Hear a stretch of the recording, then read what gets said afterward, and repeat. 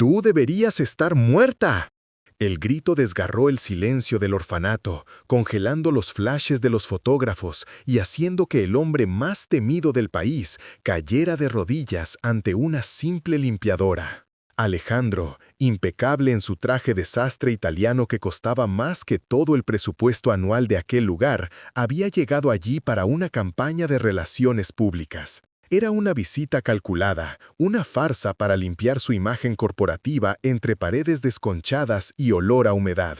Pero el destino, con su cruel sentido de la ironía, tenía preparado un guión muy diferente. Frente a él, escurriendo una fregona gris y desgastada, estaba la mujer que él había enterrado hace 5 años. No llevaba las joyas que él le regaló, ni la seda que solía vestir. Solo llevaba un uniforme áspero, manchas de lejía y unas manos enrojecidas por el trabajo duro que ocultaban una cicatriz antigua. Alejandro sintió que el aire abandonaba sus pulmones de golpe. Un nudo frío le apretó el pecho, no como un infarto, sino como el peso de un recuerdo que se niega a morir. Sus manos, esas mismas manos que firmaban fusiones millonarias sin dudar, ahora temblaban incontrolablemente al señalarla. Parecía una alucinación provocada por el insomnio y la culpa, pero el sonido del cubo de agua al caer al suelo fue demasiado real. La mujer se giró lentamente. En sus ojos no había el miedo de una empleada sorprendida, sino un abismo de secretos que amenazaba con tragarse todo el imperio de Alejandro. Ella dio un paso atrás, protegiendo instintivamente algo o a alguien que se ocultaba en las sombras del pasillo. Nadie en esa sala, ni la prensa ni los guardaespaldas, sabía que ese encuentro casual acababa de resquebrajar una mentira de 5 años. Antes de que descubramos qué escondía ella detrás de su espalda, dime en los comentarios desde qué ciudad o país estás viendo esta historia. La tormenta golpeaba con furia los muros descascarados del orfanato San Judas, convirtiendo el patio en un pantano grisáceo.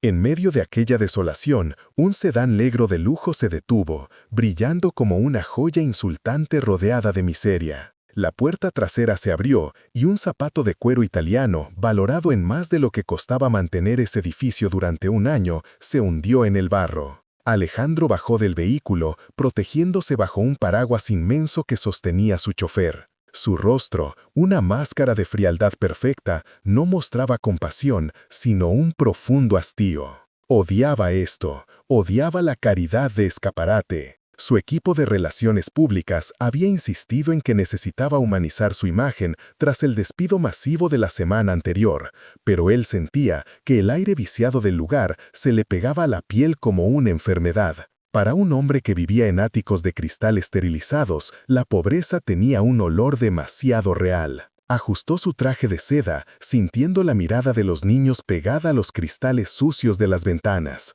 El director del orfanato corrió hacia él con una sonrisa servil que le revolvió el estómago. Alejandro avanzó, ignorando la mano extendida del hombre, ansioso por terminar con aquella farsa, firmar el cheque gigante frente a las cámaras y volver a su soledad blindada. Entró al vestíbulo principal. El olor a humedad rancia, lejía barata y sopa aguada le golpeó la cara. Los flashes de los fotógrafos estallaron, cegándolo momentáneamente, mientras su pecho se cerraba por la ansiedad social que ocultaba tras su arrogancia. Dio un paso más hacia el pasillo oscuro, listo para dar su discurso vacío, pero entonces se congeló. Sus pies se clavaron en el suelo de baldosas rotas como si hubieran echado raíces. Entre la pestilencia del lugar, una nota suave, dulce y dolorosamente familiar flotó en el aire.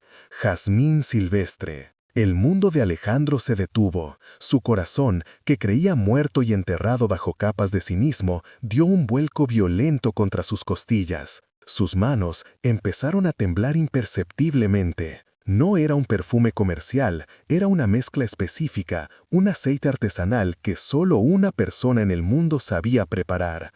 El aroma de las mañanas de domingo, el aroma de los abrazos que ya no existían, el aroma de su esposa muerta. Alejandro giró la cabeza bruscamente hacia la oscuridad del pasillo, con los ojos muy abiertos y el alma en un puño, buscando un fantasma entre las sombras. María no era un nombre, era un escudo, un escondite construido con desesperación y miedo. A sus 27 años, nadie en aquel orfanato decrépito se molestaba en mirarla 2 veces, y eso era exactamente lo que ella necesitaba. Con la espalda encorvada y un uniforme gris que olía a lejía barata y humedad, fregaba los interminables pasillos de baldosas rotas, sumergiendo sus manos agrietadas en el agua sucia una y otra vez.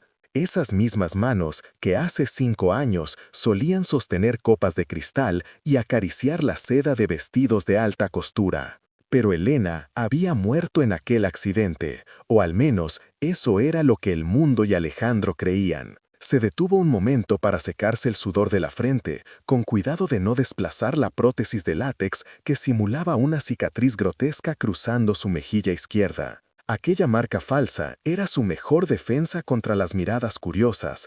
La gente tendía a apartar la belleza, permitiéndole ser invisible. Sin embargo, el dolor en su pecho no era falso. Cada vez que cerraba los ojos, aún podía escuchar el chirrido metálico de los frenos cortados y ver la sonrisa gélida de la madrastra de Alejandro en el retrovisor de su memoria. Aquella mujer no solo quería su muerte, quería borrarla de la existencia para asegurar una herencia que no le pertenecía. Un grito lejano la sacó de sus pensamientos.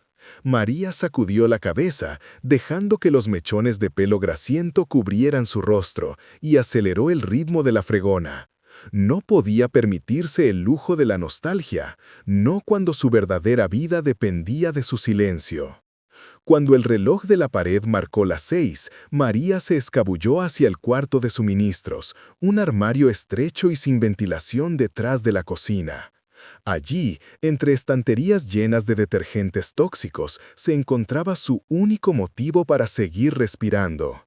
«Mamá, has tardado mucho», susurró una voz pequeña. Leo, de 4 años, salió de detrás de una pila de cajas de cartón.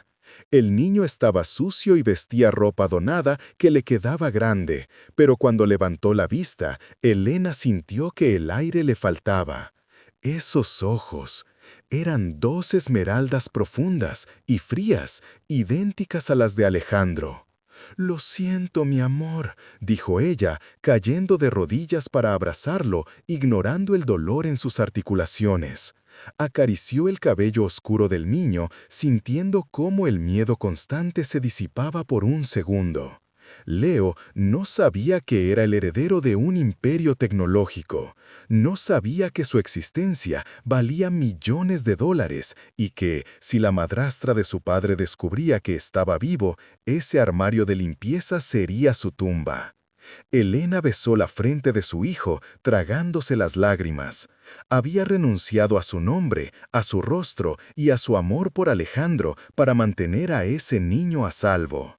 Pensó que la vida era una batalla que se ganaba resistiendo en las sombras, pero no sabía que el destino estaba a punto de encender todas las luces. En la cima de la pirámide de cristal que era su imperio, Alejandro Vega observaba la ciudad bajo la lluvia a través de los ventanales de su limusina blindada. Para el mundo, era el tiburón de las finanzas, el hombre que podía colapsar la bolsa con un solo chasquido de sus dedos. Su traje italiano, cortado a medida, era una armadura perfecta, su rostro una máscara de hielo que ni los flashes de los paparazzis ni las súplicas de sus rivales lograban agrietar. Tenía poder, respeto y una fortuna incalculable. Sin embargo, su mano derecha siempre buscaba inconscientemente el bolsillo interior de su saco justo sobre el corazón. Allí no guardaba un bolígrafo de oro ni un teléfono encriptado, sino un objeto que desentonaba con su vida de lujo, un anillo de plata barato, oxidado y deforme. Era la única prueba física de que alguna vez fue feliz, de que Elena existió. Alejandro apretó el metal frío a través de la tela. Un nudo familiar se le formó en la garganta, una sensación de asfixia que ningún aire acondicionado de lujo podía aliviar. Había aprendido que el dinero podía comprar silencio, pero no olvido. Cada vez que cerraba los ojos, no veía los gráficos de sus acciones, sino la sonrisa tímida de ella bajo la lluvia, prometiéndole que la pobreza era temporal, pero ellos eran eternos. ¡Qué cruel ironía! Ahora él tenía todo el dinero del mundo y ella era solo una lápida fría en un cementerio que él visita en secreto. Cariño, deja de mirar a la nada, las cámaras nos esperan. La voz de Isabela rompió su trance como un cristal roto. Su nueva prometida, la mujer que los socios y la prensa adoraban, estaba sentada a su lado. Era hermosa, sofisticada y tan fría como el mármol. Isabela le ajustó el nudo de la corbata con la precisión clínica de quien arregla un maniquí, no con la ternura de una futura esposa. «Tienes que verte compasivo, Alejandro», le susurró ella, revisando su propio maquillaje en un espejo de mano. «Este orfanato es una excelente oportunidad de relaciones públicas. No arruines la foto con esa cara de funeral». Alejandro apartó la mirada, sintiendo una repulsión visceral. Isabela veía una estrategia de marketing, él solo veía hipocresía. Pero el coche se detuvo. Al otro lado del cristal ahumado, la fachada decrépita del orfanato Santa María se alzaba entre la niebla, un edificio triste y olvidado que estaba a punto de convertirse en el escenario donde su pasado y su presente chocarían violentamente. Él no lo sabía aún, pero aquel anillo en su bolsillo estaba a punto de quemarle la piel. Los flashes de las cámaras estallaban contra el rostro de Alejandro como pequeños relámpagos agresivos, cada uno robándole un poco más de oxígeno.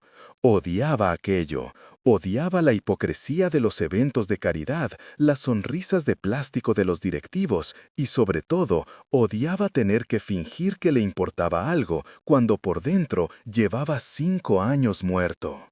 Con un gesto imperceptible a su guardaespaldas, se deslizó hacia un pasillo lateral, buscando desesperadamente un lugar donde el ruido del mundo no pudiera alcanzarlo.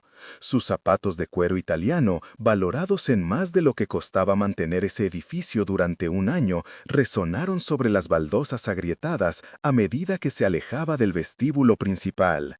El aire cambió drásticamente. El olor a perfume caro y champán fue reemplazado por una mezcla rancia de humedad, lejía barata y sopa hervida. Había bajado sin darse cuenta hacia el área de servicio, un laberinto de sombras y tuberías oxidadas que la fundación prefería no mostrar en los folletos. Iba a dar media vuelta cuando lo escuchó. Era un sonido tenue, frágil, que se filtraba desde una puerta entreabierta al final del pasillo. Un tarareo. Alejandro se detuvo en seco, sintiendo cómo una mano invisible le apretaba la garganta. No era una canción cualquiera, era esa melodía. Una composición simple, absurda, que su esposa solía inventar mientras cocinaba. Una canción que no existía en ningún disco, en ninguna radio, solo en la intimidad de una cocina que ya no existía. Sus piernas se movieron solas, arrastradas por una fuerza que desafiaba a su lógica. Al asomarse por el marco de la puerta, la penumbra de la lavandería lo envolvió. Allí, entre sábanas desgastadas y el zumbido de una secadora vieja, había una mujer de espaldas. Llevaba un uniforme gris, varias tallas más grande, que ocultaba cualquier curva de su cuerpo, y su cabello estaba recogido en un moño desordenado bajo una gorra barata. Estaba arrodillada en el suelo, meciendo a un niño pequeño que lloraba bajito. «Duerme, mi cielo, que las estrellas te cuidan», susurró la mujer, y la voz, aunque ronca y cansada, golpeó a Alejandro con la fuerza de un tren de carga. El vaso de café que alguien había dejado sobre una mesa cercana tembló por la vibración de la secadora, pero Alejandro sentía que el terremoto ocurría dentro de su propia caja torácica. Esa manera de inclinar la cabeza hacia la izquierda, esa forma específica de acariciar la espalda del niño en círculos. Alejandro dio un paso involuntario hacia adelante y la suela de su zapato chirrió contra el suelo. El canto se detuvo abruptamente. La mujer se tensó, sus hombros se elevaron en una postura defensiva, como una leona protegiendo a su cría, pero no se giró. El silencio que siguió fue más pesado que los 5 años de duelo que Alejandro cargaba sobre la espalda. Por un segundo, en ese sótano húmedo, el hombre más rico de la ciudad sintió el terror puro de la esperanza. El aire en el salón principal del orfanato, cargado de humedad y olor a pintura barata, se congeló en un instante. Los flashes de las cámaras, que hasta hace un segundo iluminaban la sonrisa ensayada de Alejandro, se detuvieron abruptamente. Un sonido gutural, desesperado, rompió el protocolo. En la esquina, junto a la mesa de los bocadillos rancios, el pequeño Tomás se aferraba a su garganta. Su rostro, habitualmente pálido por la desnutrición, se tornaba de un violeta aterrador. Se había atragantado. ¡Un médico!, gritó alguien, rompiendo el estupor. El equipo de seguridad de Alejandro reaccionó empujando a los periodistas, creando un caos innecesario. El doctor personal del magnate, un hombre de traje impecable acostumbrado a recetar sedantes y vitaminas en clínicas de mármol, se acercó al niño con las manos temblorosas. El pánico convierte a los expertos en aficionados. El médico titubeó, buscando algo en su maletín mientras el niño dejaba de emitir sonidos. El silencio de Tomás era más terrorífico que sus gritos. Alejandro sintió un nudo frío en el estómago. La impotencia, esa vieja enemiga que conoció la noche que murió su esposa, volvió a morderle. Fue entonces cuando el sonido de un palo de escoba golpeando el suelo resonó como un disparo.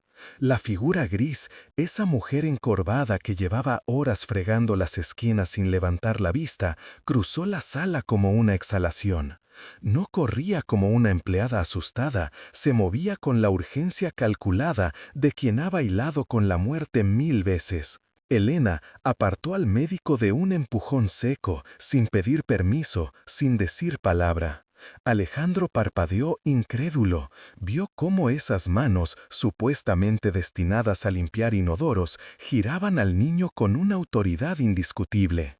Elena colocó su puño sobre la boca del estómago de Tomás, justo debajo del esternón, y su otra mano envolvió la primera con una técnica perfecta. 1, 2, arriba, murmuró ella, con una voz ronca que a Alejandro le erizó la piel. No era la fuerza bruta lo que usaba, era la precisión. El movimiento fue rítmico, casi coreográfico.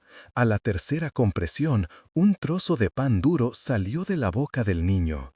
Tomás boqueó, aspiró una bocanada de aire ruidosa y rompió a llorar. El sonido del llanto fue la música más hermosa que Alejandro había escuchado en años. Elena no se detuvo ahí. Automáticamente, sus dedos fueron al cuello del niño para buscar el pulso carotidio, un gesto tan instintivo, tan profesional, que hizo que el tiempo se detuviera para el multimillonario. Alejandro dio un paso adelante ignorando a sus guardaespaldas. Sus ojos se clavaron en las manos de la limpiadora. Esas manos, rojas y agrietadas por la lejía, acababan de realizar una maniobra médica de libro de texto. Pero no fue eso lo que detuvo su corazón. Fue la forma en que ella acarició después la cabeza del niño para calmarlo. 2 toques suaves en la sien, seguidos de una caricia larga hacia la nuca. El mundo de Alejandro se inclinó sobre su eje. Solo conocía a una persona que calmaba el dolor exactamente de esa manera.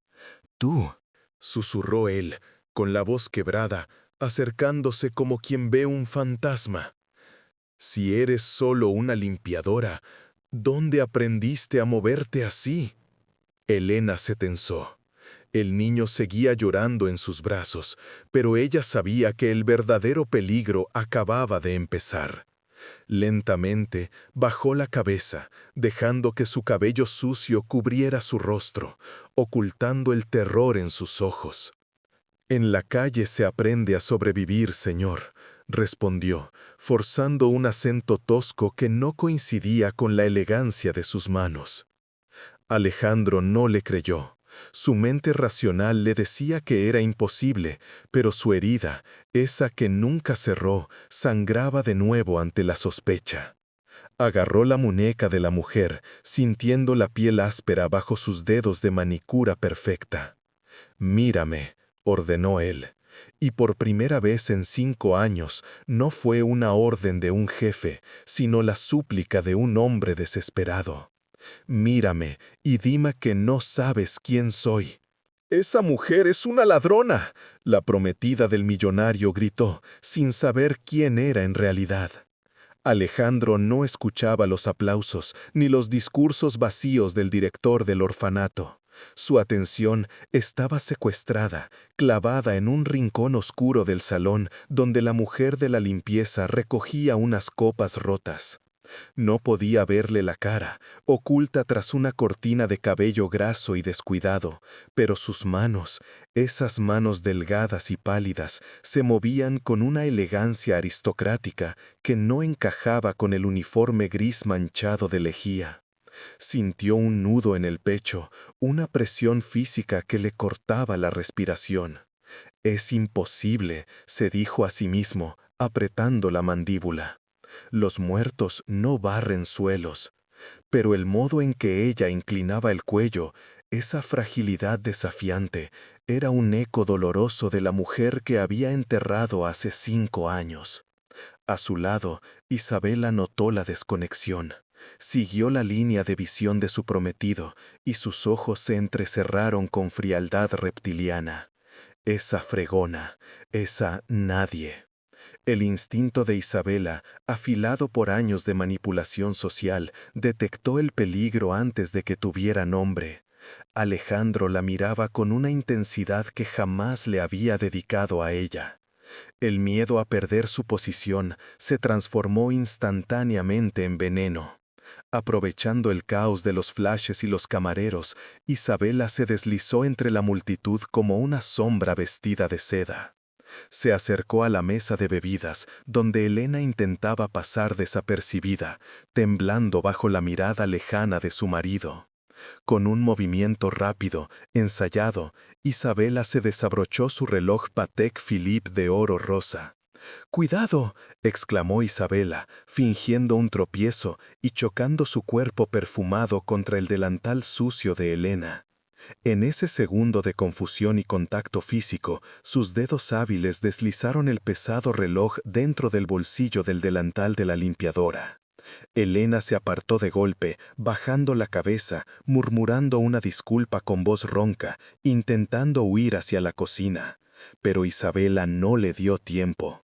«¡Mi reloj ha desaparecido!». El grito de Isabela cortó el aire festivo como un cuchillo afilado. La música se detuvo, el silencio cayó pesado y asfixiante sobre el orfanato. Isabela se giró, señalando con un dedo acusador, su rostro torcido en una máscara de indignación teatral perfecta. «Esa mujer, esa sucia mujer, es una ladrona. La sentí meterla en mi bolso». El mundo de Elena se detuvo. El frío se apoderó de sus extremidades. Cientos de ojos se clavaron en ella, juzgándola, desnudándola. Pero solo le importaba uno. Alejandro se acercaba, abriéndose paso entre la gente, su rostro ilegible emanando una autoridad aterradora. Elena sintió que el aire le faltaba. Si la registraban, si la obligaban a levantar la cara, el disfraz caería. Y con él, el secreto que mantenía a su hijo con vida. El sonido de la bofetada no fue físico, sino moral, pero dolió mucho más que cualquier golpe. Los flashes de las cámaras estallaron en una secuencia cegadora, iluminando el rostro pálido de Elena como si fuera un animal acorralado en medio del salón principal del orfanato. Isabela, con su vestido de seda impoluto, sostenía en alto el reloj de oro que ella misma había deslizado en el bolsillo del delantal de Elena momentos antes. «¡Es una ladrona!», gritó Isabela, su voz cargada de una indignación ensayada que resonó en las paredes desconchadas. «¡Mírenla! Se aprovecha de la caridad de mi prometido para robar». El murmullo de la multitud fue instantáneo, una marea de juicio y desprecio. El director del orfanato, un hombre pequeño y sudoroso que temía más perder el cheque de donación que cometer una injusticia, reaccionó con violencia.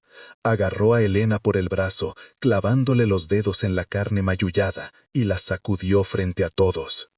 Elena no se defendió. El miedo le había robado la voz, cerrándole la garganta con un nudo asfixiante. Sus manos temblaban no por la culpa, sino por el terror de que descubrieran a la niña que se aferraba a su pierna, escondida tras los pliegues de su uniforme gris. En medio del caos, Elena alzó la vista. Sus ojos, esos mismos orbes color miel que habían atormentado las pesadillas de Alejandro durante 3 años, buscaron desesperadamente los de él. Fue un instante que pareció durar una eternidad. Alejandro sintió que el aire abandonaba sus pulmones. Al ver esa mirada, el tiempo se detuvo. Su pecho se contrajo con un dolor agudo, una advertencia visceral que le gritaba que esa mujer no era una extraña. Quiso dar un paso al frente, quiso gritar que la soltaran, pero la duda fue más rápida que su corazón. Isabela se colgó de su brazo, susurrándole al oído con veneno dulce. «No te dejes engañar, amor mío. Es solo una criminal que usa a una niña para dar lástima. Mira sus manos sucias, no es nadie». La lógica fría del magnate aplastó al instinto del esposo. Alejandro se quedó inmóvil, rígido como una estatua de hielo dentro de su traje de $3,000, desviando la mirada hacia el suelo. Ese gesto de indiferencia fue la sentencia final. «Sáquenla de aquí ahora mismo», ordenó el director, queriendo limpiar la escena para la prensa. Los guardias de seguridad empujaron a Elena y a la niña hacia la salida trasera. La puerta de metal se abrió con un chirrido oxidado y ambas fueron arrojadas hacia la oscuridad de la noche. El impacto de la lluvia fue brutal. El agua helada empapó sus ropas en segundos, mezclándose con el barro del callejón. La puerta se cerró a sus espaldas con un golpe seco y definitivo, silenciando la música y las risas del interior. Elena cayó de rodillas sobre el asfalto mojado, raspándose las palmas. No le importó el dolor físico, lo que la estaba matando era la imagen de Alejandro dándole la espalda. Abrazó a su hija contra su pecho, intentando protegerla del diluvio con su propio cuerpo, mientras el frío le calaba hasta los huesos. Dentro, en el calor y el lujo, el hombre que una vez juró amarla eternamente, brindaba por un futuro sin ella. Fuera, bajo la tormenta implacable, Elena comprendió que ya no tenía nada que perder. Y una mujer que lo ha perdido todo es la criatura más peligrosa del mundo.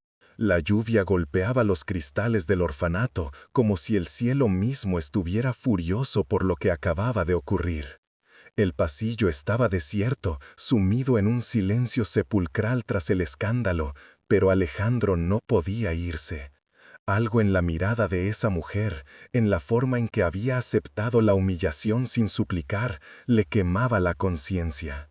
Sus pasos resonaron con eco metálico mientras caminaba de regreso al lugar donde la habían registrado. Allí, en un rincón, estaba el contenedor de basura donde el guardia de seguridad había vaciado con desprecio los bolsillos de la limpiadora antes de echarla a la calle. Entre papeles arrugados y envoltorios vacíos, un objeto capturó la luz tenue del pasillo. No era el reloj de oro que supuestamente ella había robado. Era algo mucho más insignificante para el mundo, pero que hizo que el corazón de Alejandro dejara de latir por un segundo. Era un relicario. Viejo, de latón barato, oxidado por el tiempo y el trabajo duro. Sin importarle manchar su traje italiano de $3,000, Alejandro metió la mano en la basura y lo sacó. El metal estaba frío, pero al sostenerlo, sintió una descarga eléctrica recorrerle la espina dorsal. Sus dedos, habitualmente firmes al firmar contratos millonarios, temblaban incontrolablemente, mientras buscaba la pestaña de apertura. Clic. El relicario se abrió. Alejandro sintió que el suelo desaparecía bajo sus pies. Sus rodillas cedieron y golpeó las baldosas con un ruido sordo, incapaz de mantenerse en pie. Dentro no había joyas, había una foto minúscula, recortada con cuidado, protegida por un plástico amarillento. Era una foto de él, no del Alejandro actual, frío y poderoso, sino del Alejandro de hace 7 años, sonriendo frente al altar. Y grabado en el metal, con trazos torpes hechos a mano, había una fecha: 12 de mayo, el día de su boda. Un gemido ahogado escapó de su garganta, un sonido animal que llevaba años reprimido. ¿Por qué una ladrona guardaría su foto en la basura? ¿Por qué una simple limpiadora atesoraría la fecha de su boda como si fuera lo único valioso en su vida miserable? La respuesta golpeó su mente como un relámpago, desgarrando la venda de orgullo que cubría sus ojos. Se levantó tambaleándose, con el rostro bañado en lágrimas y una furia volcánica naciendo en su pecho. Corrió hacia la sala de seguridad, ignorando los gritos del director del orfanato. Alejandro apartó al guardia de un empujón y tecleó la contraseña maestra. Sus ojos devoraron las pantallas. Rebobinó. Una vez, 2 veces. Ahí estaba. La imagen en blanco y negro, granulada pero innegable, mostró la verdad. No fue Elena quien tomó el reloj. La cámara captó el momento exacto en que Isabela, su prometida perfecta, aprovechaba el tumulto. Con la destreza de una víbora, Isabela sacaba el reloj de su propio bolso y lo deslizaba sigilosamente en el bolsillo del delantal de la limpiadora mientras fingía tropezar. Alejandro sintió náuseas. No había sido un robo, había sido una ejecución pública. Y él había sido el verdugo ciego. Apretó el relicario en su puño hasta que el metal se clavó en su piel, haciéndolo sangrar. Esa mujer no era una desconocida. Esa mujer había estado protegiendo ese collar mientras él la llamaba ladrona. Tenía que encontrarla, aunque tuviera que voltear la ciudad entera piedra por piedra. Alejandro sintió que el aire abandonaba sus pulmones, no por el impacto de la revelación, sino por el miedo atroz a perderla de nuevo. Ignorando los gritos de los periodistas y la mirada estupefacta de Isabela, bajó del estrado de un salto. Sus zapatos italianos de suela dura resonaron con violencia contra el mármol del pasillo, un sonido que contrastaba con el silencio sepulcral que había dejado atrás en el salón de eventos. La encontró en la salida de servicio, luchando con el cerrojo oxidado de una puerta trasera, con la pequeña silueta de un niño aferrada a su pierna. Elena vestía un uniforme gris, manchado de lejía y polvo, una armadura de invisibilidad que había funcionado durante 5 años. Pero ya no. Alejandro la alcanzó antes de que pudiera huir hacia la oscuridad de la calle. Cuando su mano se cerró sobre la muñeca de ella, sintió el temblor, una vibración eléctrica que le recorrió el brazo hasta el corazón. Ella se giró, con los ojos llenos de pánico y una súplica muda. Pero él no la soltó. Con una firmeza que no admitía réplicas, entrelazó sus dedos con los de ella, sintiendo la textura rugosa de la cicatriz en su palma. Esa marca de fuego que el accidente le había dejado y que ahora era su única brújula.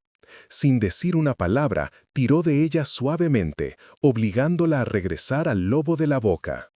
Al entrar de nuevo en el gran salón, el murmullo de la multitud se cortó de golpe, como si alguien hubiera desconectado el audio de una película.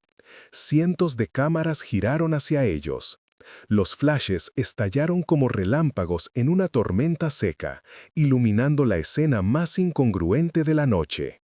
El hombre más poderoso de la ciudad, impecable en su traje de 3 piezas, sosteniendo la mano sucia de una limpiadora del orfanato.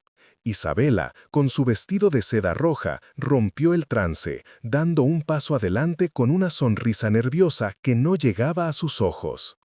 «Alejandro, por favor, esto es ridículo», dijo ella, su voz temblando ligeramente. «Saca a esa mujer de aquí, está ensuciando la alfombra, es solo una sirvienta que busca atención». La mandíbula de Alejandro se tensó. Soltó la mano de Elena solo por un segundo para sacar un pañuelo de lino blanco de su bolsillo. Con una delicadeza que nadie creía que poseyera, levantó la barbilla de Elena. Ella cerró los ojos, esperando el rechazo, pero lo que sintió fue el roce suave de la tela limpiando una mancha de hollín en su mejilla. El gesto fue tan íntimo, tan cargado de una devoción dolorosa, que varios periodistas bajaron sus cámaras, hipnotizados. Al retirar el pañuelo, el rostro de Elena quedó expuesto bajo la luz implacable de los candelabros, pálido, hermoso y marcado por el dolor, pero inconfundible. Alejandro se giró hacia las cámaras y luego clavó su mirada en Isabela, quien retrocedió un paso, perdiendo el color en su rostro. «Ella no es una sirvienta», declaró Alejandro, y su voz resonó grave, llenando cada rincón del salón sin necesidad de micrófono. «Ella es mi esposa, la mujer que todos, incluyéndome a mí, creímos muerta en aquel accidente de coche hace 5 años». Un grito ahogado recorrió la sala. Alejandro levantó la mano de Elena, mostrando la cicatriz quemada bajo la luz, la prueba irrefutable de una tragedia que no había logrado matarla. «Y hoy sé por qué se escondía», continuó él, con un tono que heló la sangre de los presentes. «Porque el accidente no fue un fallo de los frenos. Alguien manipuló ese coche para asegurarse de que ella no llegara a esta fundación. Alguien que ahora mismo está temblando en esta sala». Mientras los flashes se volvían locos y las miradas acusadoras se dirigían hacia Isabela, Alejandro miró a Elena. En medio del caos, sus ojos se encontraron, y por primera vez en un lustro, el abismo entre la vida y la muerte desapareció. Pero él sabía que la batalla apenas comenzaba, la verdad acababa de liberar a los demonios. La mujer rica se rió de su ropa vieja hasta que la policía llegó con las esposas. La risa estridente de Isabela, que segundos antes retumbaba burlándose del uniforme manchado de cloro de Elena, se cortó de golpe como un cristal al romperse. El sonido metálico de las esposas cerrándose alrededor de sus muñecas cubiertas de joyas resonó en el salón principal del orfanato con una finalidad aterradora. Alejandro observaba la escena inmóvil, con el rostro tallado en piedra. En sus manos no sostenía el cheque gigante de la donación, sino una carpeta negra que acababa de entregar al comisario. Allí estaba todo: las transferencias a cuentas en paraísos fiscales, las grabaciones telefónicas y, lo más doloroso, el informe técnico del coche de Elena hace 5 años. No fue un accidente, fue un sabotaje meticuloso orquestado por la mujer que ahora era arrastrada hacia la salida por 2 oficiales.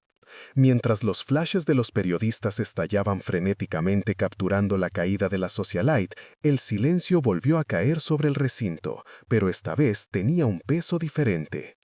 Alejandro se giró lentamente hacia Elena. Ella permanecía de pie junto a su carrito de limpieza, temblando ligeramente, con los ojos llenos de lágrimas contenidas que brillaban bajo la luz fluorescente.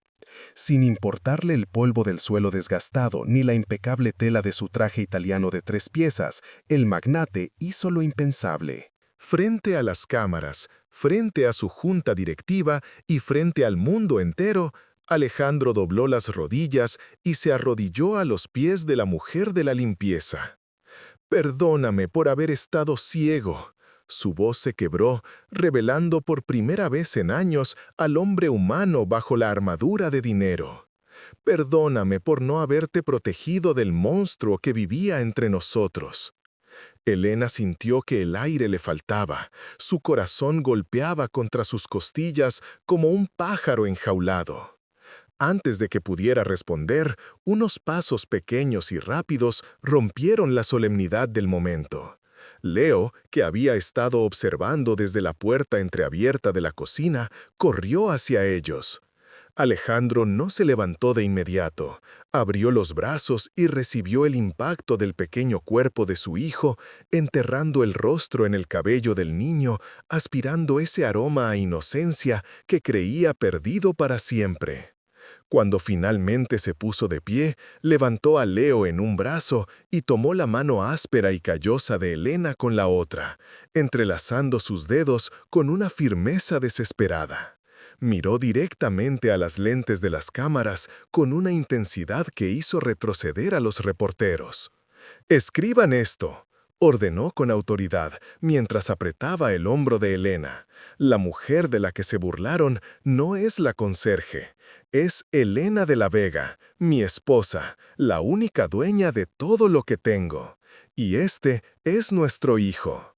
En ese instante, la ropa vieja y descolorida de Elena dejó de importar. Su dignidad, recuperada tras años de oscuridad, brillaba ahora con una fuerza que ningún diamante de Isabela podría haber igualado jamás. 5 años. Ese fue el tiempo necesario para que el invierno perpetuo en el alma de Alejandro se convirtiera en un verano inagotable.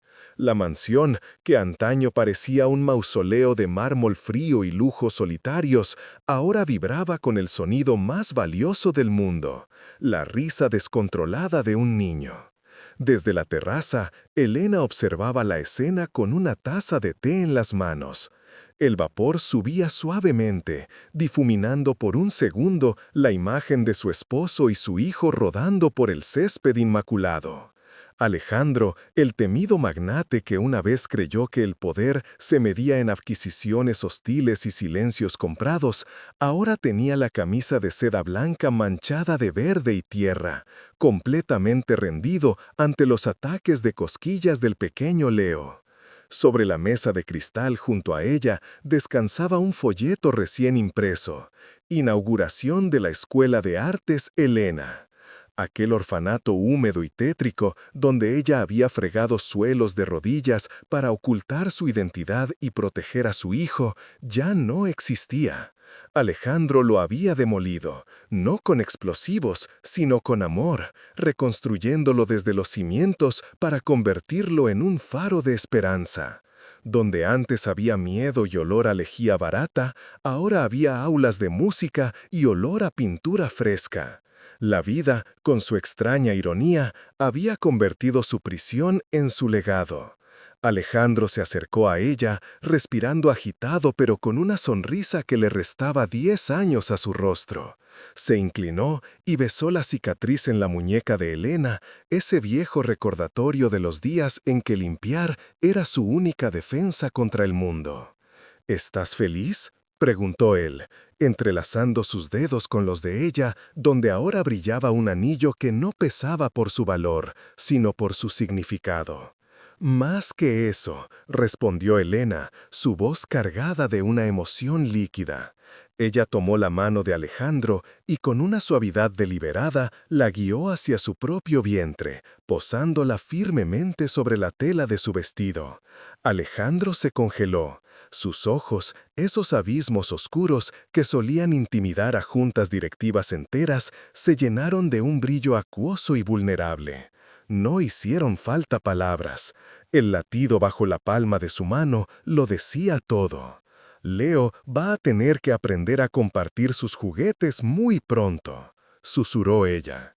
Mientras el sol se ponía, tiñendo el cielo de violeta y oro, Elena comprendió que el destino no se equivocaba. A veces hay que perderse en la oscuridad más absoluta y barrer los pedazos rotos del pasado para poder construir, finalmente, un futuro que valga la pena vivir. Pero lo que ninguno de los dos sabía era que en el cajón del despacho de Alejandro, una carta sellada acababa de llegar desde un orfanato en Europa del Este, con un nombre que Elena creía haber enterrado para siempre. La felicidad era real, pero la historia, al parecer, aún tenía páginas por escribir.